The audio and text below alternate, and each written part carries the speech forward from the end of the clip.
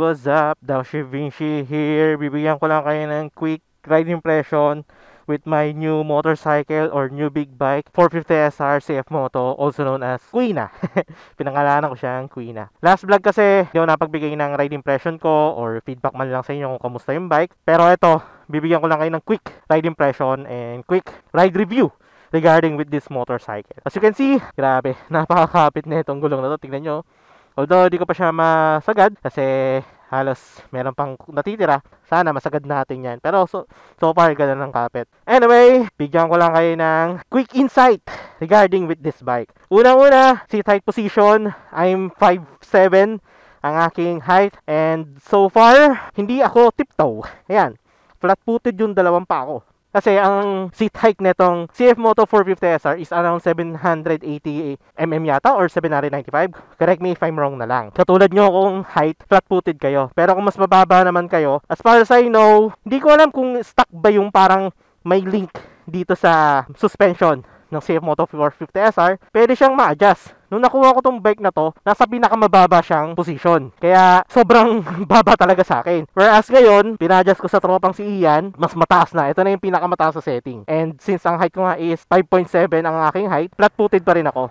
Kahit na sobrang taas na ng motorcycle. Then quality-wise, so far fairings, buttons, plastics, overall, maganda naman yung quality niya. Hindi siya yung parang marupok, hindi siya yung parang malutong. Hinaharabas ko na rin to and wala naman natatanggal sa fairings ng motorcycle. TFT display na siya. Pwede nyo rin i-connect sa Bluetooth nyo. Pero ako hindi ko pa nagagawa yun. Ang stock nga pala na sprocket is 1441 ang kanyang stock, pero 520 yung sukat ng chain. Sa gulong naman, 150/60 ang likod, 110/70 ang harap. Ang mags 3.0 ang harap, 4.0 naman ang likod. Yung iba ang ginagawa, nag-upsize sila. 120/70 sa harap, 160/60 sa likod. Tapos, iba naman nagpapalit ng RCB mags pang R3. Pero, kino-convert na lang yon. May mga nakikita ko na ganon na 180/55 yung size ng tires sa likod na naka R3 mags. Sa harap naman, 120/70. Honestly, 2 linggo na rin nasa akin to si Quina. Ang masasabi ko sa power niya, grabe. Ang layo talaga ng difference nila sa mga 150cc na bikes. Easy pag 100 kph dito. Tapos napaka-stable niya rin sa high speed. Eh, konting throttle ko lang, kahit na nasa higher gear, may power talaga yung bike. Kaya natutuwa ako sa performance na ito. Handling yan, the best. Napakaganda ng handling, napakadaling i-counter steer, ang sarap i-cornering.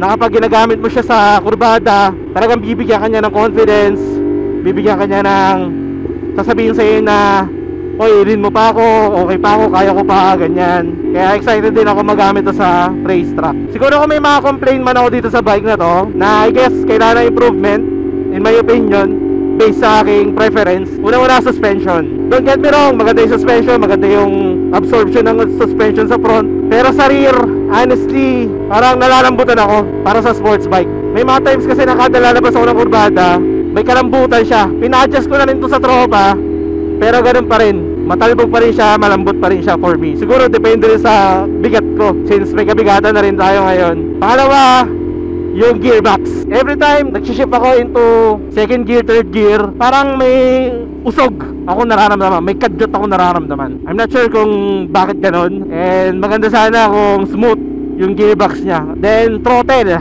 pinapalitan ko na ng quick throttle to. Kasi yung stock na throttle is napakalaki ng clearance. Kaya ko pang ipihit ng maigi para may power, may gas na pumasok. Ngayon naka quick throttle na siya, konting pihit na lang, okay na. May gas na agad, kumbaga. Pero maganda sana kung mas smooth pa siya. And speaking of throttle, yan nga yung gas response. Hindi ko alam kung dahil lang ba sa muffler na nakakabit sa motor ko. Hindi ko pa kasi nagagamit to na nakastock. Pero syempre kasi kapag ganitong motor, usually nagpapalit tayo ng aftermarket muffler eh. And yun, napansin ko na ayan, naka-steady lang ako sa throttle, pero parang putol-putol yung daloy ng gas, hindi siya smooth. Kailangan ko pang ibirit ng konti para maging smooth.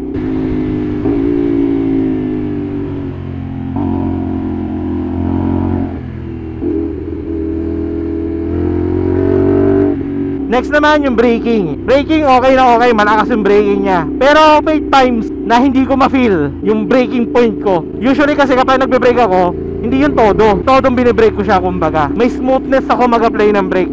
specifically sa front, siguro mga 40, 30, 70 ganyan percent lang. Hindi yung parang isang pisel. Ganoon ako mag-apply. Eh may mga times na hindi ko maramdaman yung braking point ko. Na kahit na naka-apply na ako ng brake, tumitigil naman siya. Pero hindi yung parang gusto kong braking talaga. Hindi ko alam kung nagigets nyo ako ha. Pero ganun yung pakaramdam ko. Gusto ko na kapag nakapisil ako ng ganitong percent, ganito lang din yung ibe-brake niya. Pag nakapisil ako ng ganitong percent, tama lang yung stopping power niya. Ang nangyayari dito, kahit na nakaganon na akong percent, kahit na nakapisil na ako or anything, hindi pa synchronize yung gusto kong mangyaring braking sa ginagawa ng bike. Pero overall, nag-enjoy ako sa motor na to. Power, tapos handling, cornering, comfort. Even though na sports bike siya, may pagka-comfort pa rin kasi hindi siya ganun kasalubsob. Unlike sa Yamaha R15 ko na napakasalubsob ng bike ngayon, compare dito na tamang-tama lang yung riding posture. May pagka-upright pero sporty. Pero sana mas maganda kung may sleeper clutch na rin tong bike na to, kasi wala pa siya ng sleeper clutch eh. Every time na nag-downshift ako, ramdam ko na may konting skid yung rear tire. Kaya mas maganda sana kung may sleeper clutch. Pero overall, satisfied ako sa bike. Ako na lang siguro mag-adjust yung mga kailangan i-improve sa motor na to. Solid gamitin, napakasarap gamitin. Sumusunod lang siya sa handling na gusto ko. Tapos binibigyan lang din yung power na kailangan ko. Katagtagan nga lang talaga yung suspension. Siguro tune lang yan, tamang tuning lang para lumabas yung full potential. Or siguro dahil din sa condition ng kalsada, kasi matagtag naman talaga tong part na to. So ayan yung masasabi ko sa 450 SR. One of the best bike na nagamit ko. Sobrang enjoy, sobrang sarap gamitin. Na-excite na akong gamitin ito sa racetrack. Pero syempre kukondisyon ko muna katawan ko kasi may mga kasuhan tayong sumasakit na kapag nagbabari position. Kaya recommended ko tong motor na to as a starter, especially sa mga gustong mag-upgrade into big bike. 450 SR, one of the best bike. Pero yun nga, sana talaga magkaroon na to ng mga additional techs pa. Like yun nga, sleeper clutch, traction control. Although meron naman siyang dual channel ABS, pero mas maganda sana kung meron pa siyang iba pang technology. Alam ko yung SRS, yung single sided swing arm nito, meron ng ganun. And at the same time meron din siyang quick shifter. Pero overall, satisfied with this bike. Performance, handling, cornering, comfort. So yun, I hope nag-enjoy kayo sa quick ride ko na yan guys. Quick ride impression lang kung kamusta tong bike na to, para sa mga interested bumili. Yan, recommended ko to, CF Moto 450 SR. Ito ko na tatapusin ng vlog. Maraming salamat sa pag-like, sa pag-share. Maraming salamat sa pag-comment. You all know the drill. Ride safe. Peace out. Uwi na.